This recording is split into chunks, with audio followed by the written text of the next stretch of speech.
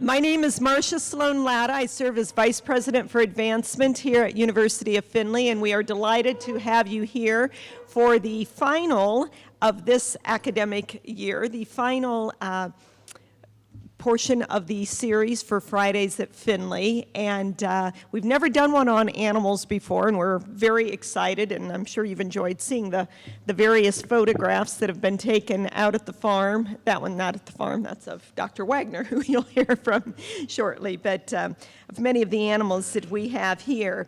I first would like to ask you to join me in thanking the sponsors of the series this year, First Federal Bank. Our representatives from First Federal are here, so please join me in thanking them.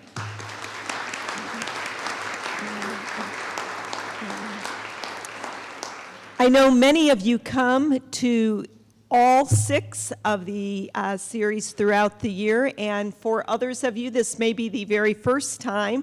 And so for those of you who this is the first time, please know we welcome you in the future.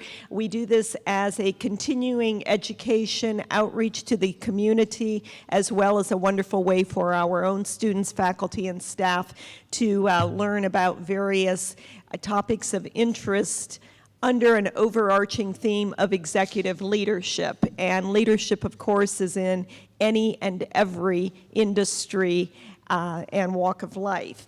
And so that's what pulls all of these various topics together.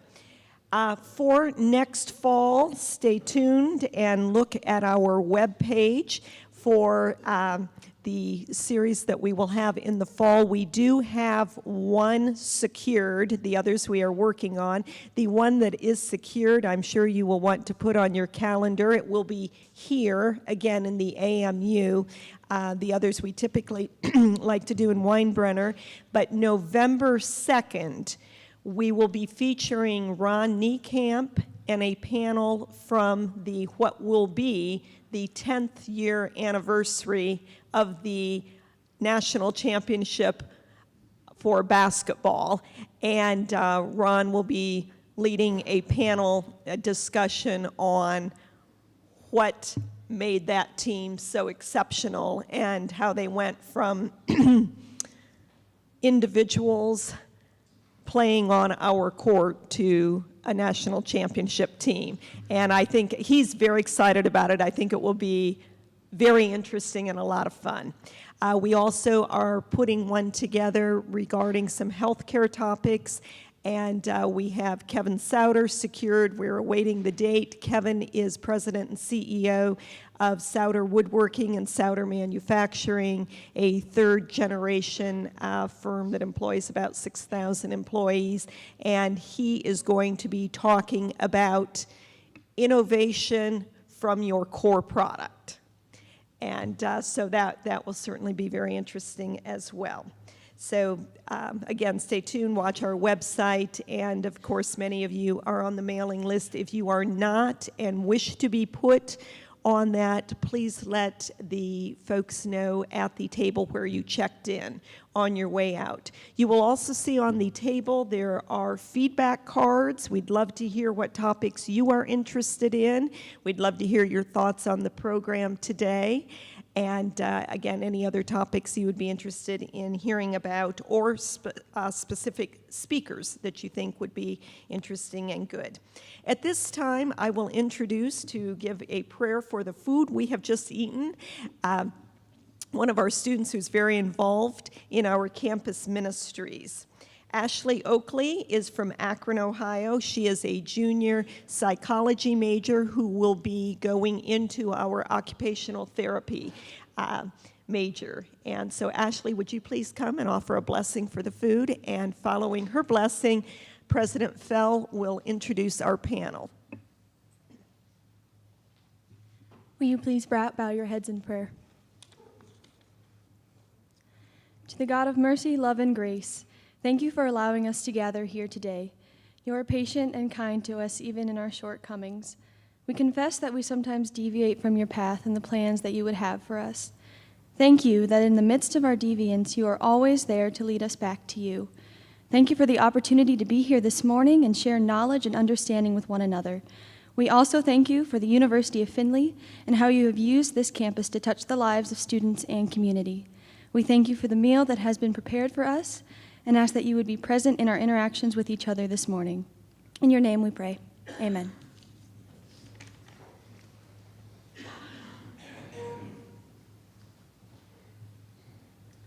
Well, let me add my welcome to that of Marcia's. This is a delightful series for us. Thank you, First Federal. Sometimes I even wear blue instead of orange in honor of our sponsors. So thank you. I saw that Dr. Beckett gave Dr. Freed a thumbs up when Marcia mentioned the national championship. I didn't realize it was a presidential responsibility, so we'll work on that. We will have another national championship before I leave. Stay tuned. But today, we have a fantastic panel for you to talk about one of our favorite subjects, and that is animal care. As you know, the University of Findlay is known by people other than the president of the university as the best pre-vet program in the country. That is something to be proud of, and we certainly are. So today, we have experts coming to talk to you about one of your favorite subjects, and that is animals. So I'll ask them to make their way to the stage as just come on, all of you just come on. And I'm going to introduce you as you walk because we make efficient use of time here at the University of Findlay. Dr. Richard Todd Beckett, you can guess at who is who. Dr. Richard Todd Beckett, which one looks more like Dick Beckett? Is the medical director of VCA Mill Run Animal Hospital in Columbus. Dr. Brandon Forshee, UF class of 2009, is our own assistant professor of animal science and director of the pre-veterinary medicine program here at the university. He's standing over here. Mr. Paul Kalmbach is the president and owner of Kalmbach Feeds of Upper Sandusky and also serves on UF's board of counselors. Ms. Pam Pivaranos, UF class of 2015, and a certified equine sports massage therapist, is the owner and founder of Equinity Therapy Solutions, an equine therapy business in Maumee. Dr. Jennifer Smith, UF class of 1991, and diplomat of the American College of Laboratory Animal Medicine, is the Director of Bioresources at Henry Ford Hospital in Detroit and also serves on the university's Board of Counselors. Dr. Amanda Wagner, University of Findlay class of 2009, is a vet at Tri-County Veterinary Services, primarily focusing on large animal care in Anna. For more information regarding our speakers, take a look at your program, but only after they finish speaking. Thank you, ladies and gentlemen. I present to you our distinguished panel.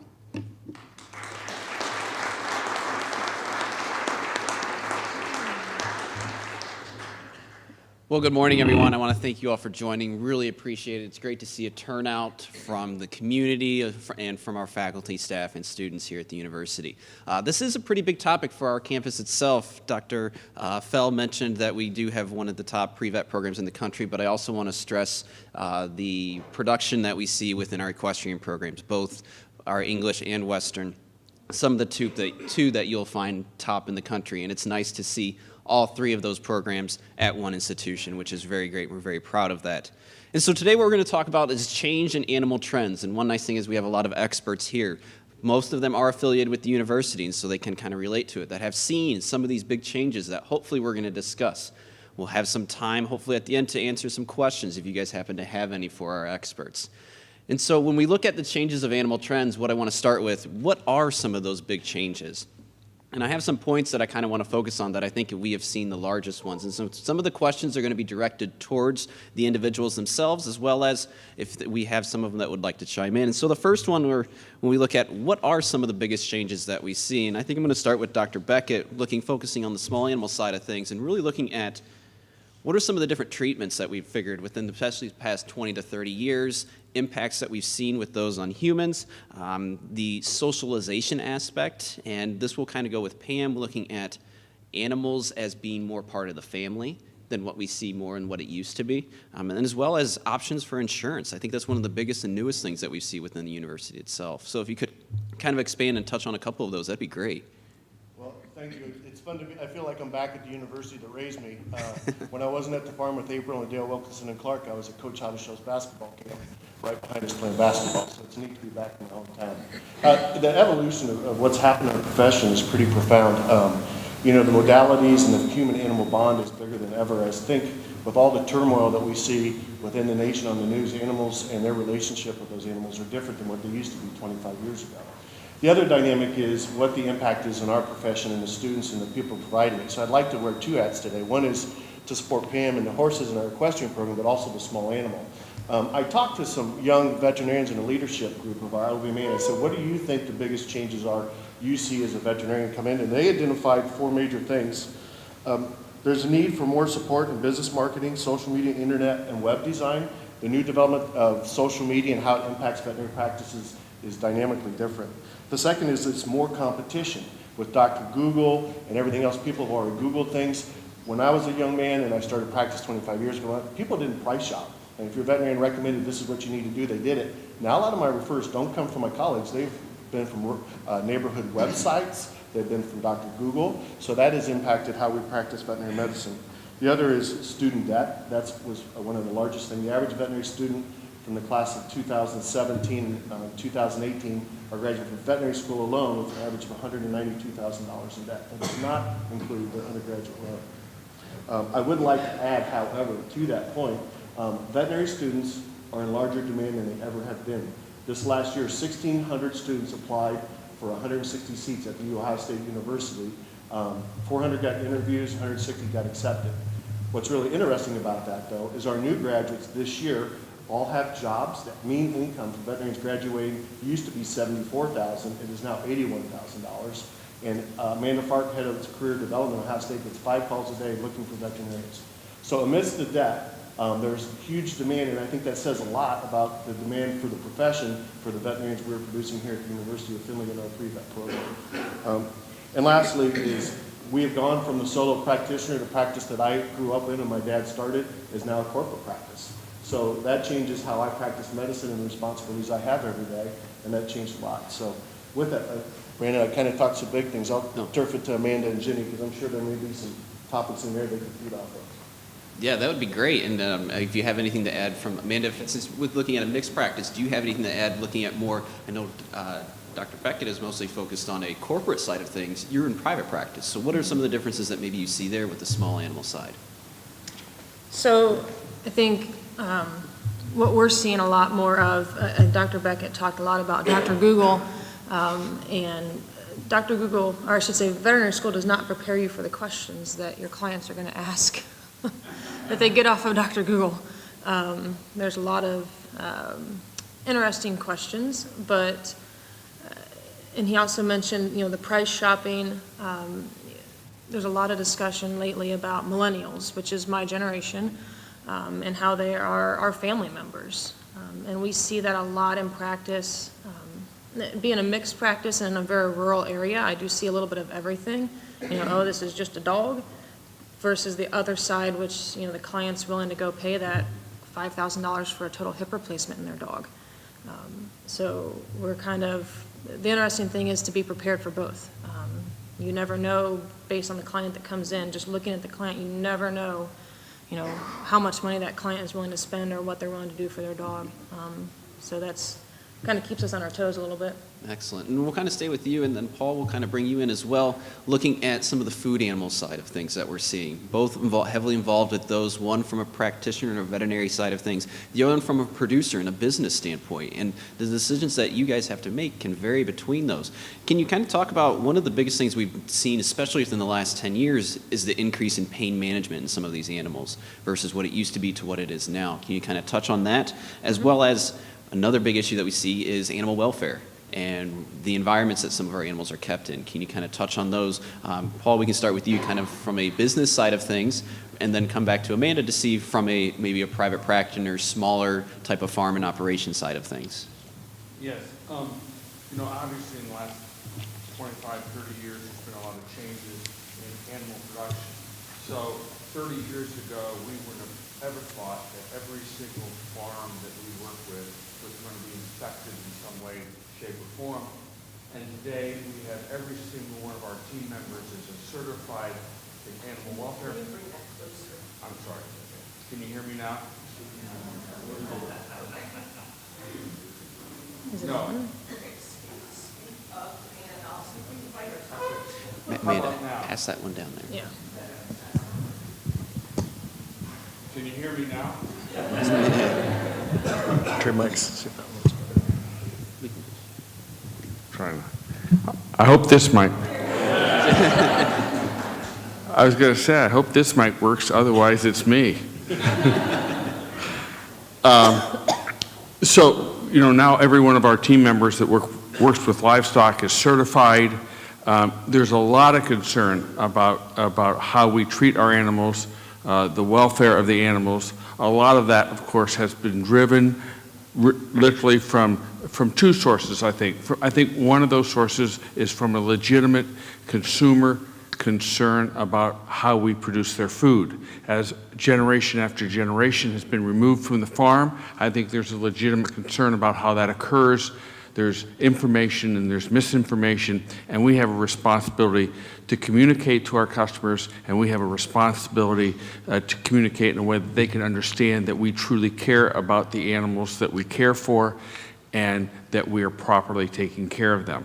On the other hand, I think quite candidly, it's also driven from a vegetarian perspective, which is the vegetarian movement in certain sectors certainly is trying to take meat off of all of our tables, and so it's a progressivism where they are trying to raise the cost significantly so we eat less and less and ultimately become a vegetarian society. So those are some of the changes. As far as pain management goes, there's a lot of different specifics in how we care for animals where we are very tuned into is there pain involved in these procedures, and how can we reduce the pain? And we've taken certain steps, and other areas we're trying to make progress in.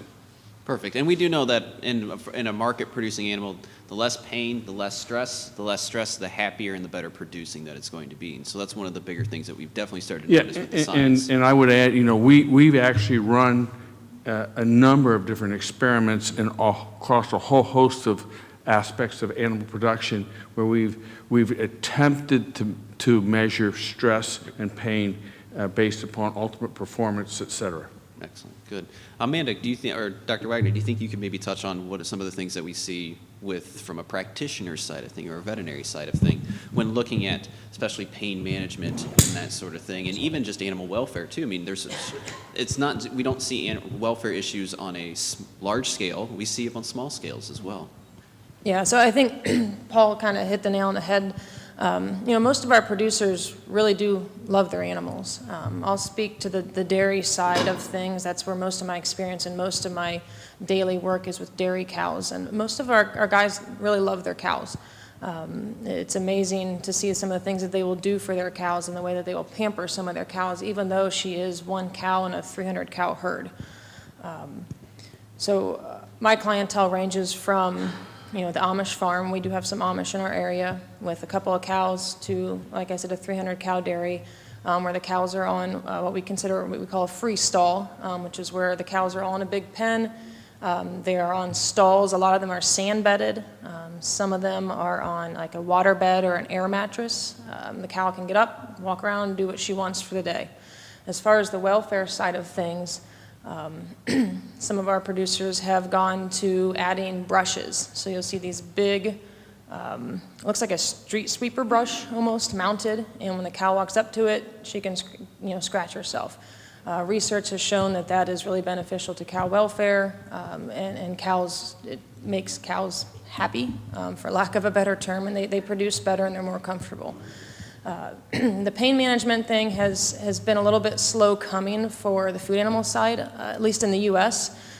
We are a little bit behind Canada and Europe as far as what we're allowed to use in cattle, especially dairy cows for pain management. We've actually, a new pain management medication has come out as a pour-on that we didn't used to have. So it's coming, but a lot of what we use for pain management is off-label, meaning It's not approved for use in dairy cattle, but we are allowed to use it with certain restrictions. The other thing that is coming, and we see it more with the beef industry than the dairy, are genetics, polled genetics, where we don't have to dehorn because they never grow horns. Those sorts of things have been really beneficial, and they're coming, but we've got some work to do, but I think that's kind of where we're going with things, and then we're going to see more pain management. And a lot of it is, like Paul had said, a lot of it's consumer driven. The consumer wants to know now, how is that animal that they're eating or that milk that they're drinking, how is that animal raised? And they want to make sure it's done right. Excellent. Todd, did you have a comment? Yeah, I'll talk to the livestock first, and then we'll talk about pain management and get you guys engaged a little bit, because that's affected the way we've practiced lately, too. About 5 years ago, the Humane Society of the United States came in and started leveraging how we raise our production animals. One would be a farrowing crate. Was that humane for a pig? Is it not humane? And they bring these things. So the Ohio Association now has a livestock coalition board that has 2 veterinarians sitting in the seat, working with producers, giving the opportunity to make sure these animals are cared for properly, but they can still make a living and produce them properly. And when you get the Humane Society of the United States involved, they're not talking about the 3 pigs that die because the sow lays on them when they don't have proper housing. The other big rage has been the free-range chicken and everything like that. So, one of the big things is one of the largest continuing education classes we had was on chickens, because I've got my technicians raising chickens and their own eggs, and you'll see people drive along, they're selling signs, which is really great. But when you have Dr. Forshe's dad's job at the Ohio Department of Agriculture, avian flu is a huge problem and could be an outbreak with migratory birds in the backyards, and we could have an avian flu in our state. So that's where we have to work with the Department of Agriculture. So a lot of these movements are really good, but avian flu is just not an issue to our bird population and production, but it's also a problem that we could affect public health. Then you talk about pain management, and this comes into the equine and small animal. The opioid crisis has definitely been, and as a veterinary group, we've tried to take the lead and make sure that we're not part of the diversion, we're part of fixing the problem. What's really neat, our pain management, going from when I did ACL surgeries, orthopedic procedure, fractures, I did not do epidurals 20 years ago. Now if that dog's had a knee surgery, they're having an epidural. We have injectable pain meds, but a drug like fentanyl, which I wish you used to put a fentanyl patch on an animal, or you could do a fentanyl fusion. I don't even stock fentanyl now because there's a chance it could be abused not only by the pet's owners, but possible staff members or disappearing. So we've tried to take initiatives to help manage the pain as best as we can, but the opioid crisis, I think, has filtered down through all effects and affects veterinary medicine as well. And I think that also comes to what some other things is alternative therapies.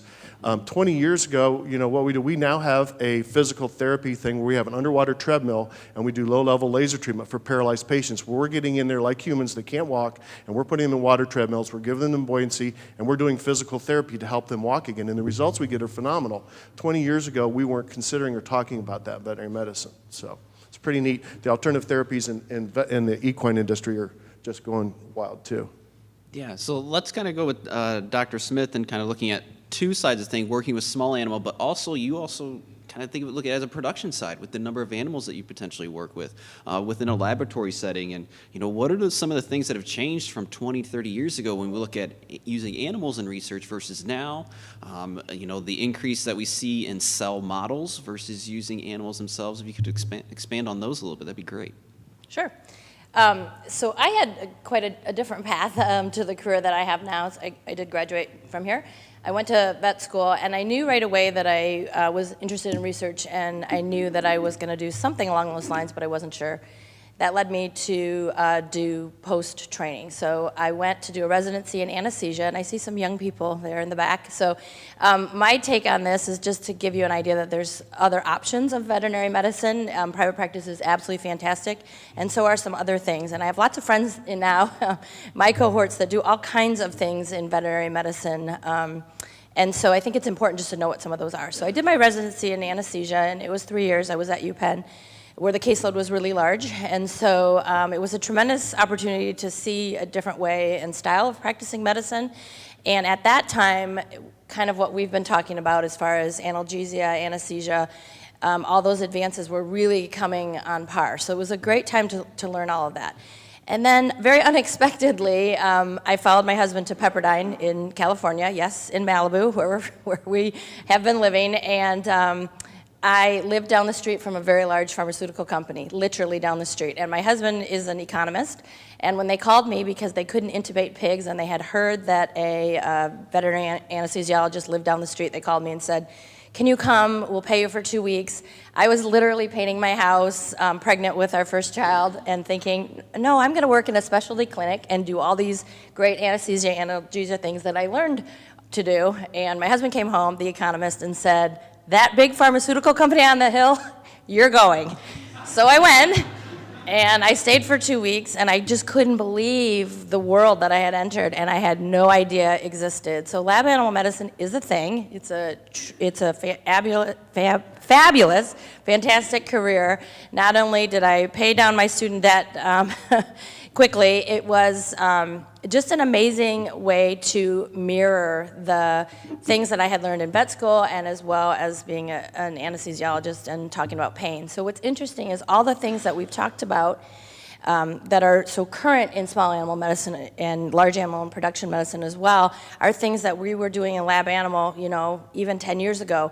20, 25 years ago, lab animal was not so great. It wasn't involved then, but from what I've heard, it wasn't so great. And those are sort of the stories that you still hear today.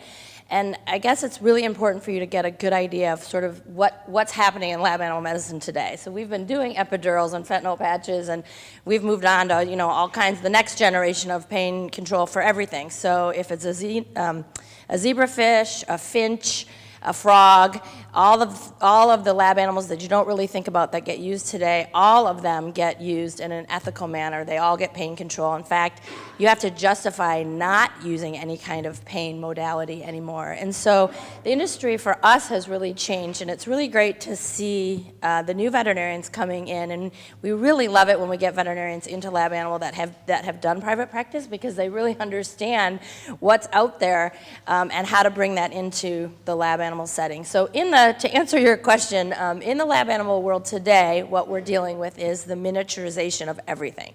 So long ago, there was a lot of primate use, large animal use. There was, there still are some larger labs that do use cows and sheep, but primarily most of lab animal now is rats and mice, some dogs, and then a whole lot of miniature species. So zebrafish are quite the hot thing now. Soon we'll, miniaturize that even more. And so all of the modalities in research have changed, and they've all been miniaturized. So we have PET scans that a mouse fits in, and an MRI scan, and all those types of things. But really what's happened in lab animal medicine today is the animal care. So the way that the animals are cared for and the way that the use of animals is justified is 100% what we do every day. So in 1985, the Animal Welfare Act changed, finally looked at lab animal and made something called an IACUC, which is basically an ethics committee. And since 1985 to now, that ethics committee has really been empowered to set the climate and the tone at the university or wherever it is, institution that you're working using animals. So you can't in this country and in most other countries just order animals to use in research. You have to have a protocol. It has to be approved. The people on the protocol have to be a lab animal veterinarian and people from the community and scientists. We vote on the protocol and decide if the research is valid. You have to justify what you're doing. You have to justify your animal numbers. You also have to be a statistician. You have to make sure that the number of animals that you're ordering and using makes sense. Because in our world, we want you to order enough animals to get absolutely great data and be done. We don't want you to have to repeat the experiment 5 times and order even more animals. So lab animal has changed. Not only that, today I feel like I kind of wish I was a physicist so I could understand how the miniaturized MRI works and those types of things. So animal care is first and foremost for us, but as we move forward, our real thing is just sort of miniaturizing everything so we don't have to use dogs, cats. And then the other thing I would say about animal research, probably the one thing that people don't understand is that in this country and other countries, but mostly in this country, the FDA sets the laws, so we have to use a rodent and a non-rodent species for everything that we test. So that is the law. We would love it if we didn't have jobs 20 years from now. And that's kind of what we say to our young people coming into our career is, let's work hard so we don't have to use animals in research, and let's move forward and see if we can't miniaturize enough to get kind of that human on a chip.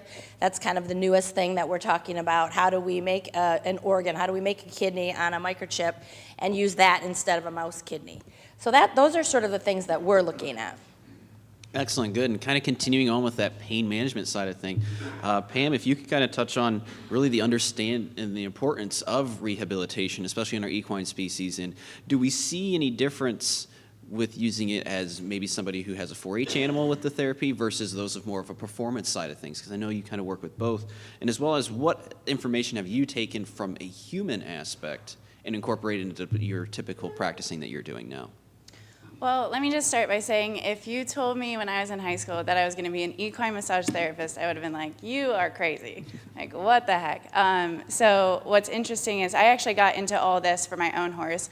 I spent 7 years getting thrown, dealing with behavior issues, just kind of wondering if he needed more training. I even brought him here. He did pretty well in the program, but something was just not right.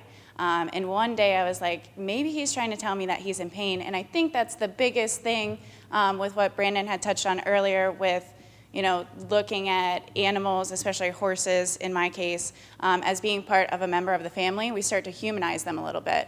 So in doing that, we look at them more, all the performance horses that I work with, we look at them more as an athlete instead of just another animal. So what my clients are picking up on is if we maintain them like an athlete, like a human would do. Actually, a lot of the equipment that I use today was originally created for human athletes, and they made a horse version for it. If we look at them in that aspect and we're maintaining them from a muscular standpoint, even a chiropractic standpoint, they start to perform better, and they do better for us. So with that being said, that's the biggest change that I'm seeing is that people are starting to realize that we do need to maintain them as an athlete for performance, and they'll do better. To another point that you touched on, I actually have a lot of clients as well with older horses that will also maintain them as well, have us come out, work on them with our equipment, and they're starting to notice that those horses, maybe they're not using them for shows or anything anymore, but they're starting to live a better quality of life. They get around a little bit better, and that makes them happy, because they're looking at them as a family member instead of just livestock. Excellent, good. We kind of touched on that a lot, that with looking at animals, a lot of times with us, they are a family member. And if you talk to even some of the larger producers, the animals that they may have, whether it's 2,000, 3,000, 4,000 animals, that's sometimes their family, and they can care just as much about those as what they do of somebody who has a dog or a cat, right? And you will definitely see that there. We already kind of touched on this a little bit, and if you guys feel free to expand on it, what is or are the driving forces for a lot of these changes that we're seeing? We've touched on it a little bit, but if you guys have any more to expand on it, feel free to do so. Since we haven't, let's talk some more about horses. I think we have a great equine program here. I think in human, the big word that people are talking about, at least I know at the College of Veterinary Medicine, Ohio State, is wellness. I think when people used to go to veterinarian 25 years, it's because they were sick. I think, and it goes back to Paul with nutrition, I think people are a lot more focused on nutrition and preventative care, whether it be supplements, glucosamine, chondroitins, muscle therapists. Rather than waiting for that horse to get injured, there's a lot more investment in care, the nutrition, the physiology on how you're riding your horse. Are you working them too hard? And the coalition between what Pam's doing is chiropractic, MagnaWave, laser therapy. There's a lot of new technologies that reduce inflammation and keep that horse sound and going before they do get injured. So, and I think that goes with that bond. They're just not a competitor, but there is a lot of bond. They don't want their animal to get hurt. They want to prevent them, and they want them to compete at the highest level. So, I think there's a lot going on there. So I don't know if anybody else wants to, whether nutrition or Paul, do you see any changes from the demands on your? As far as nutrition goes, and particularly with horses, we have a premium horse feed called Tribute Equine Nutrition, and it's been a phenomenal product. And it's been a phenomenal product, fortunately, because we've got competitors that haven't adapted some of the nutrition technologies. But when you look at probiotics and prebiotics, you look at chondroitin And some of those products, you look at organic trace minerals, you look at the incredible number of new ingredients come out. There's all sorts of things that we can do nutritionally to improve the horse life. Now, you can't get that if you're going to feed your horse hay and oats. And so these new technologies provide for a lot longer life of the horse, a lot better life, a lot less problems than we've traditionally seen.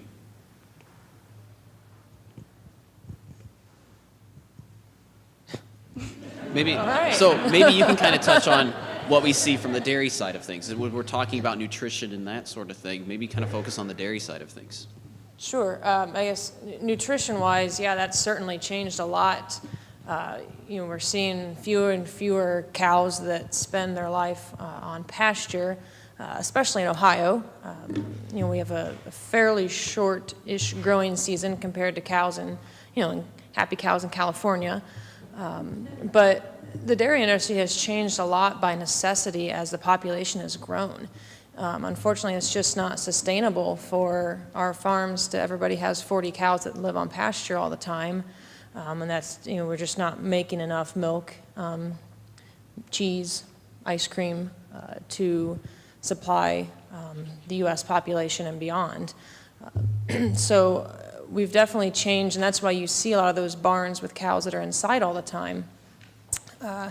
They're on, what's called a total mixed ration. So the farmer is harvesting his corn silage, his hay, and adding in, working with the nutritionist to make a diet so that when that cow takes a bite of her food every day, every bite is the same as the next bite, and she gets everything she needs from that diet, to sustain her life, to breed, to have that next baby, and to keep making her milk.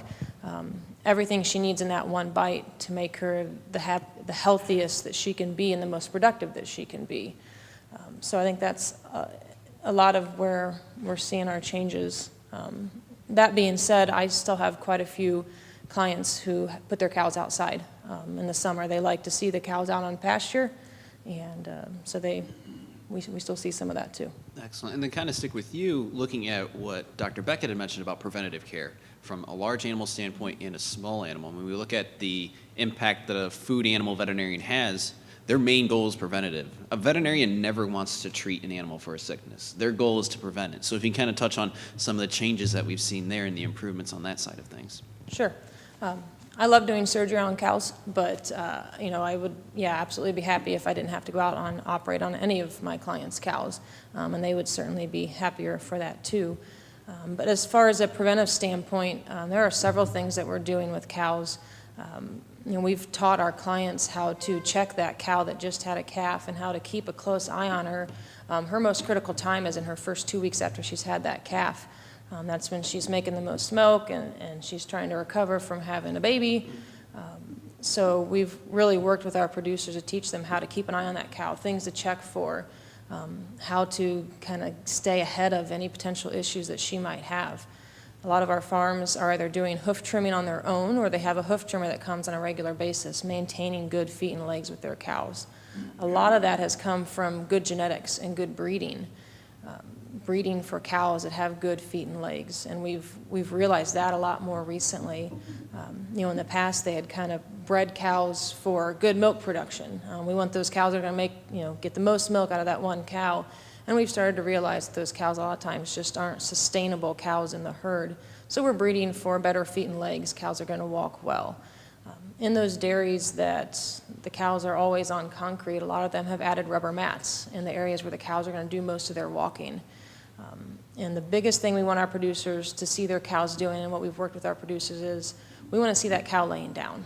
We would love to see her spend most of her day laying down, chewing her cud, taking it easy. And that's when she's most comfortable, is if she's going to spend her time laying down and resting. And Dr. Beckett.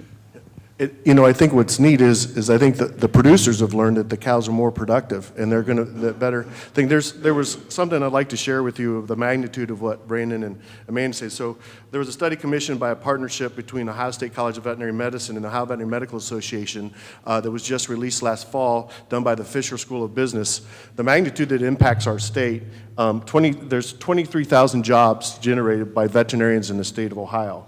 Directly indirect associated jobs with veterinary medicine in the state of Ohio is 73,000, a total of 93,000 jobs in the state of Ohio.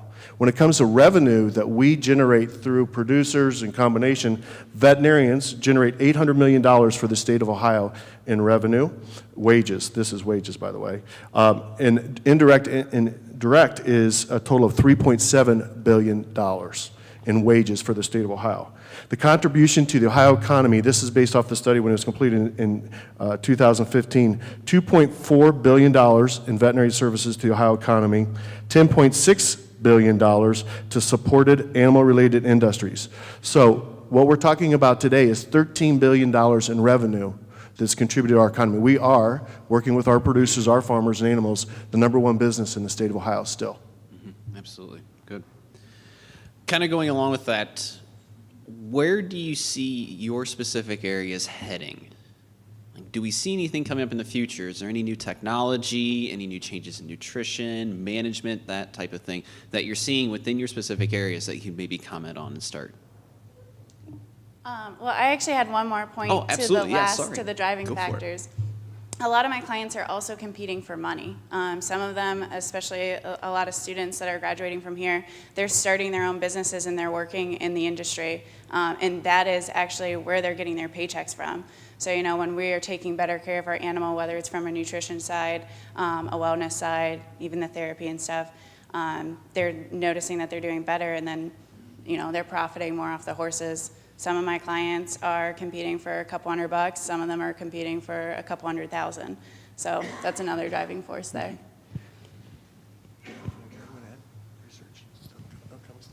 Sure. So I think in our industry, in the U.S. anyway, what is really driving the changes for lab animal research in the pharmaceutical end is the UK. So in the UK, they're not using animals much at all, and their laboratories are becoming, in order to sort of combat the animal rights sort of approach, their laboratories are becoming open, which is something that we would love to do in the U.S. and that we're slowly trying to do. And we probably will start more at the university or at a health center like where I am in Detroit at Henry Ford, and sort of push the pharmaceutical companies into it. But the idea of opening the labs, so for so long people thought the labs are scary, they're dark. If you watch any TV show or movie, my kid's favorite movie was that guinea pig, what was that guinea pig movie? Anyway, about the guinea pigs that were released from the lab. I can't remember the name of it, but you know. And the lab was such a scary place, and the people that worked in the lab were all deranged and really awfully depicted.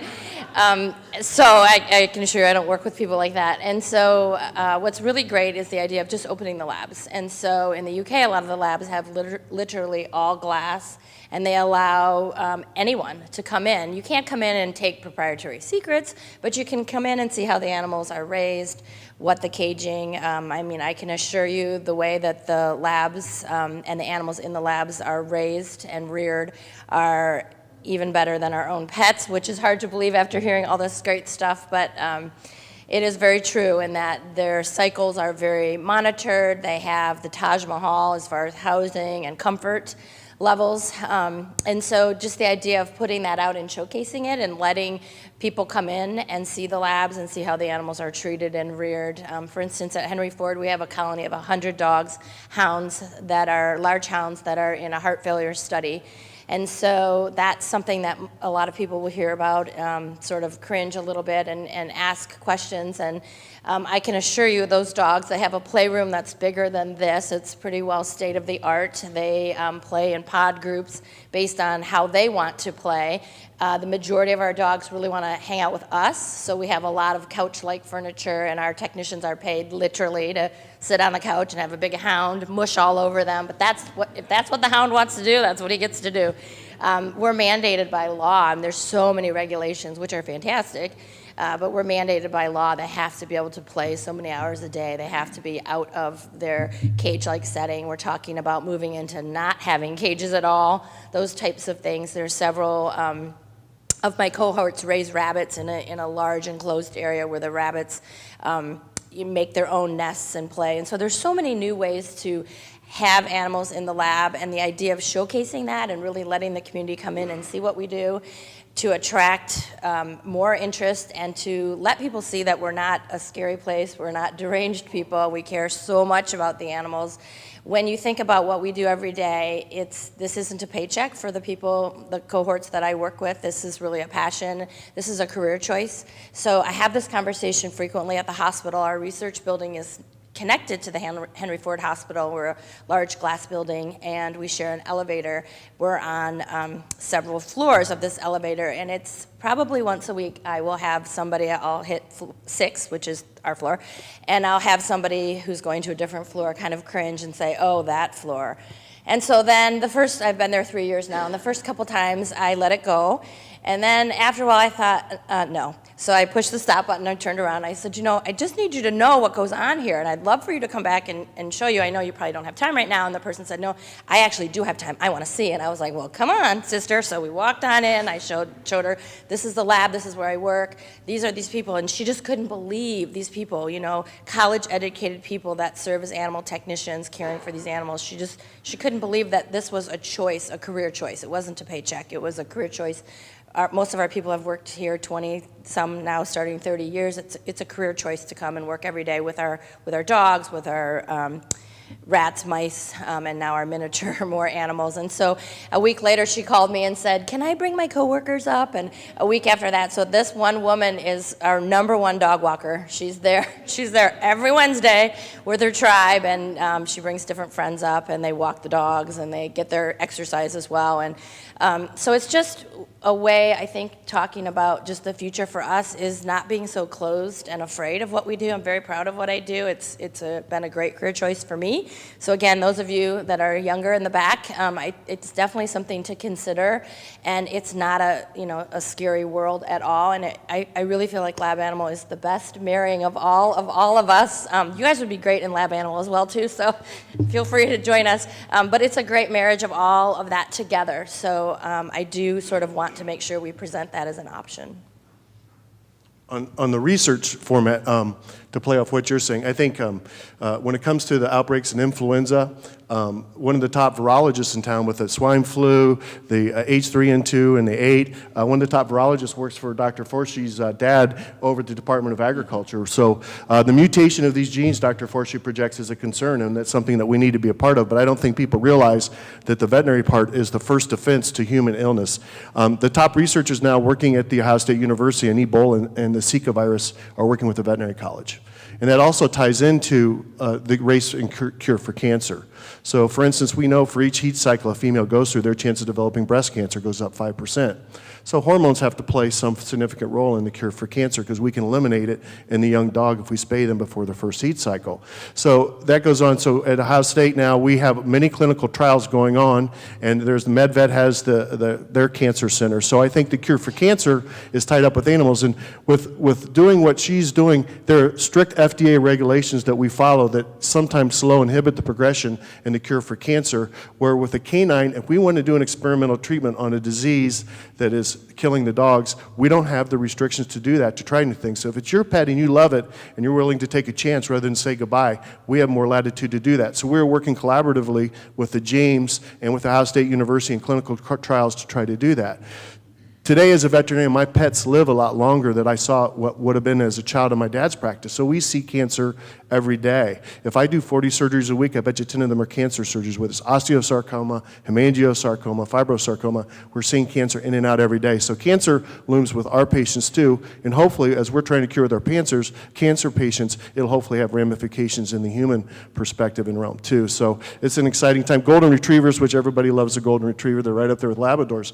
They're the great family pet, but they're also the poster child for cancer. So we have several patients that are participating with the Morris Animal Foundation. This pet comes in every year. We submit samples of hair, toenails. We draw 5 tubes a tube. So we're trying to work with a Morris Animal Foundation to get genetic markers within the Golden Retriever breed so we can actually genetically, working on selection, eliminate the cancer in the Golden Retriever. So those are some exciting things on the forefront. I'd kind of like to piggyback a little bit on what Dr. Smith said. I kind of liken a little bit our farms to the lab animal industry in that people don't know what we do. the average American, I'm trying to remember what the exact statistic is somewhere 4 or 5 generations removed from the farm.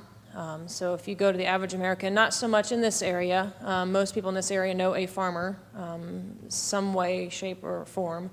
But the average American has no clue what farmers do, and unfortunately, all they get to see in today's social media world is the bad apples, the ones that my clients are condemning as much as the next person.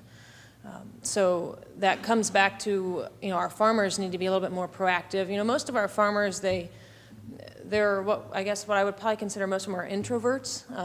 Most of them they just want to farm. That's what their dad did, and that's what their grandfather did, and their great grandfather did, and they like to farm, and they're happy to be on their farm, and they're not out in the public, wanting to talk to people about it. And the great thing about my generation is, we grew up with social media, and we like to show people what we did. We like to blog and Snapchat. Look at this cow I looked at today. I'm certainly guilty of that. My family members get to see all sorts of pictures that I take of cows. And I think my clients probably think I'm a little bit weird because I'm like, can I take a picture of this? I know my bosses don't do that. So, our farmers, and we're seeing that with the young generation of farmers that are coming back to the farm, they're starting blogs and they're starting Instagram accounts and they're starting to tell people, this is what we do on our farm. There's a great one out of Wisconsin. Her name she goes by Dairy Carrie, and she has this blog. I remember this one account that she had posted of a cow that was down and couldn't get up, and they were poking her with a stick, trying to encourage her to get up. And she said, I know it looks like it's we're doing something mean to her, but we need to get her up. If she can't get up, she's not going to get better. And so she does a great job of reaching out to people, and we need to start doing that, being more open, just like the lab community wants to be more open. Our farmers are starting to do that as well. Good. Excellent. Pam or Paul, do you guys have anything you want to add on improvements on where you think what changes are going to be made, or where you think your industry is heading?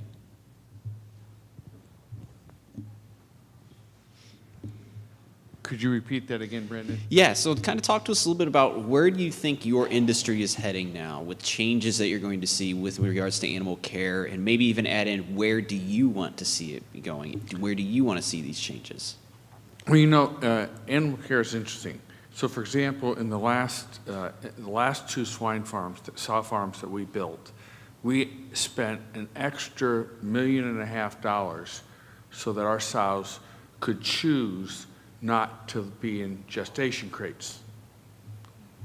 95% of the time, the sows choose to be in gestation crates. So we spent $1.5 million to give them a choice to do that which they only want to do 5% of the time. And that's the math. I mean, that's real.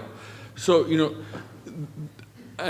we have a veterinarian I work with, have the privilege of working with, Lynette Holman, and I was on the way here, and she made that point when I was having a conversation with her. She said, Paul, a lot of this is what human beings think emotionally, think about, feel good about. What we really got to do is we've got to separate human erroneous emotion from scientific fact. And we got to concentrate more in that area. And I would say right now there's very little being done in that area. It's very human emotion based and oriented. Having said that, I certainly believe that we as human beings get to make choices. So we have approximately 2 million chickens that are cage-free, free range. And if I could eat eggs, I'd eat those eggs.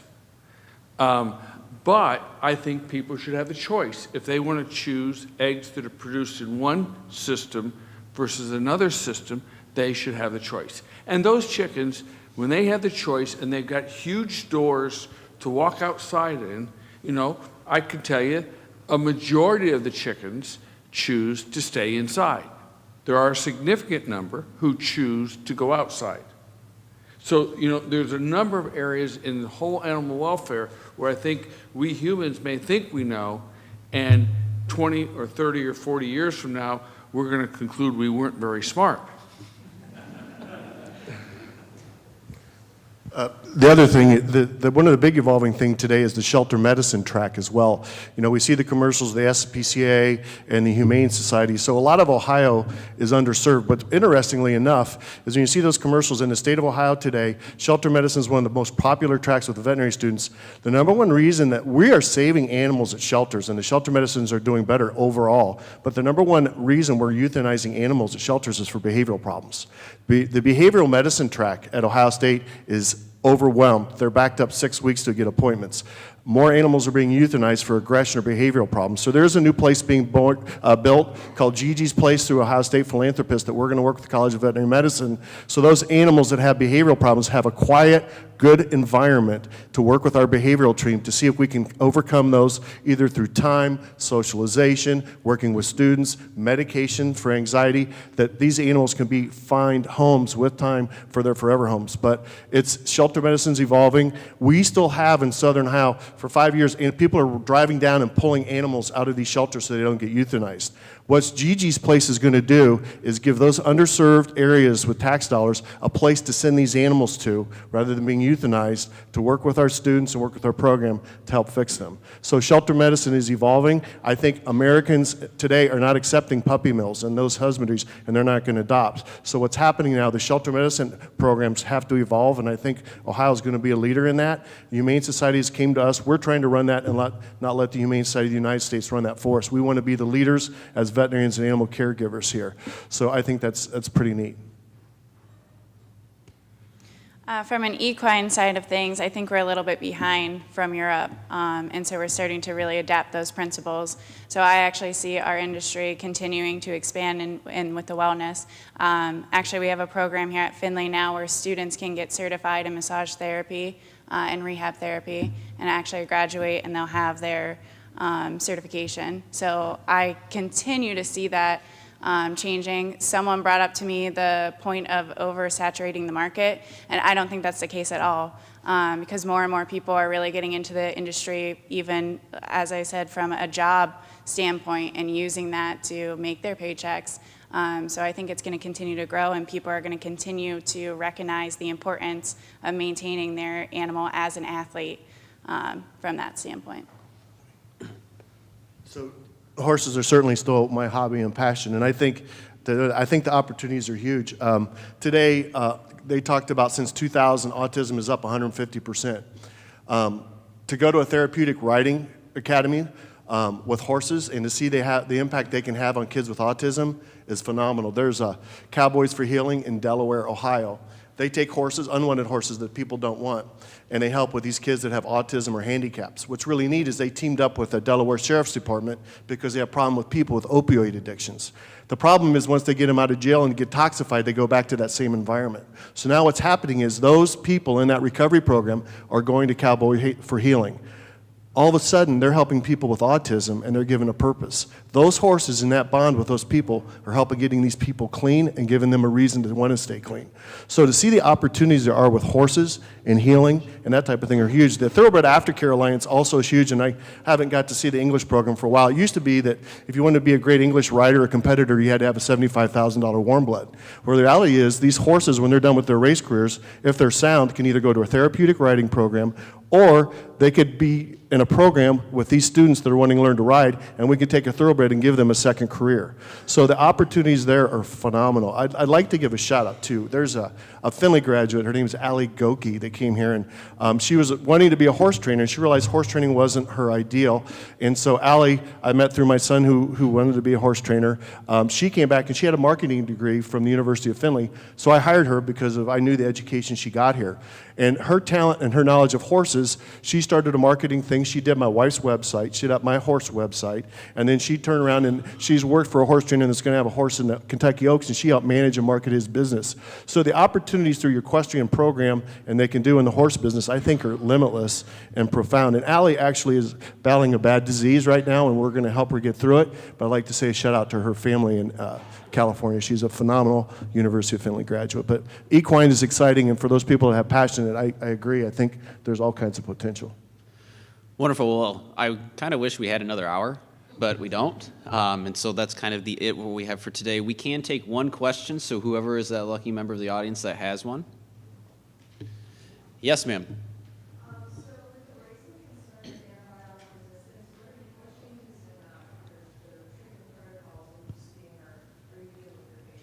Yeah, so one nice thing is, so what she was asking is, I'll repeat the question, is what do you see with the increase that we're seeing in antibiotic resistance, not only in animals and humans, what are some of the things and changes that we're seeing within the agriculture industry to kind of help alleviate that? Sure. So that one kind of got turfed to me, and probably rightfully so. The antibiotic resistance is definitely a multifaceted issue. The issue is it's not a strictly medical doctor human problem, and it's not strictly an animal agriculture or small animal problem either. We've all kind of taken approaches to reduce our antibiotic usage. One of the things that's most recent, and if anybody knows any farmers or raises any livestock, you're familiar with the Veterinary Feed Directive, which came out, which essentially, it's similar to a prescription. In order for a producer to feed an antibiotic to their livestock, they have to have a written order from myself or another veterinarian. So we are no longer allowed to use any antibiotics in animal feed for production purposes, meaning feeding it to them throughout their entire career to keep them from getting sick so that they produce better.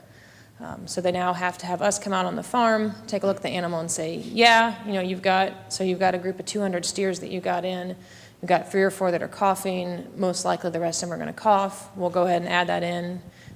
We are very restricted in how we can use it, what production class we can use it in, how long we can use it, how much of it we can use. So we've really tamped down on that a lot. The other thing that we're doing as veterinarians is trying to discuss with our producers, making appropriate choices in treating an animal. How many times you give it an antibiotic. How much are you using? If it says you're supposed to give this much, giving extra doesn't help. Working with our small animal our small animal folks, our dogs and our cats, having discussions with them when I prescribe an antibiotic for your dog's skin infection, and I say, give until it's gone, I literally mean give until it's gone. Not, I'm going to hang on to a couple of these in case they have it again, and I'm going to start giving it to them. That, unfortunately, is where we're seeing a lot of our resistance as well. There's a reason that we prescribe it for 2 weeks, 10 days, however long we prescribe it for, and stopping early and saving some for later is also part of the problem where we're seeing some resistance. Excellent. Well, thank you. Paul, did you want to comment? Absolutely. Yeah, I think it's important to realize that the antibiotic use in food animals across this country has declined and continues to decline. I think it's down about 25 or 30% from about 10 years ago, and it's declining at a faster rate now than it ever has. I also think that it's important to recognize that from a food animal production standpoint, the use of antibiotics important in human medicine has declined even greater. And so there's an intelligent distinction between the antibiotics that are used just for animals and those that are used for both. Today, if we want to use antibiotics that are important for humans, we have to have a veterinarian prescription, essentially, and that certainly has discouraged use. In addition to that, we're producing beef, we're producing milk, we're producing eggs, pork, et cetera, with no antibiotics. And we do that with improved management and improved nutrition. And so the whole antibiotic thing from an animal perspective is largely going away, and I can see in the near future where essentially it'll be gone. Excellent. Well, that concludes our program. If we could please give a round of applause to our panelists, it'd be great.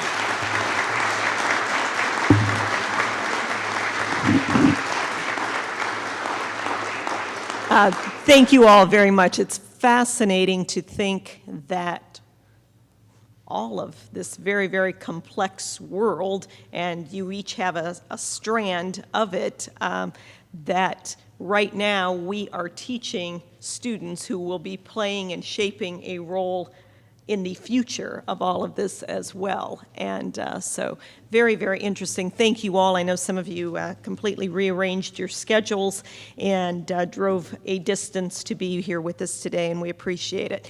We have a birthday in the house. Please join me in singing happy birthday to Susan Conda. Happy birthday to you. Happy birthday to you.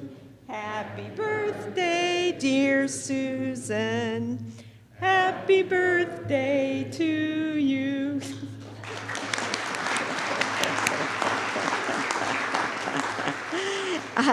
And we also would ask one more round of applause for our sponsors of the season this year, First Federal Bank. So thank you, First Federal. So students, good luck with your finals next week, and we will look forward to seeing everyone in September. Thank you.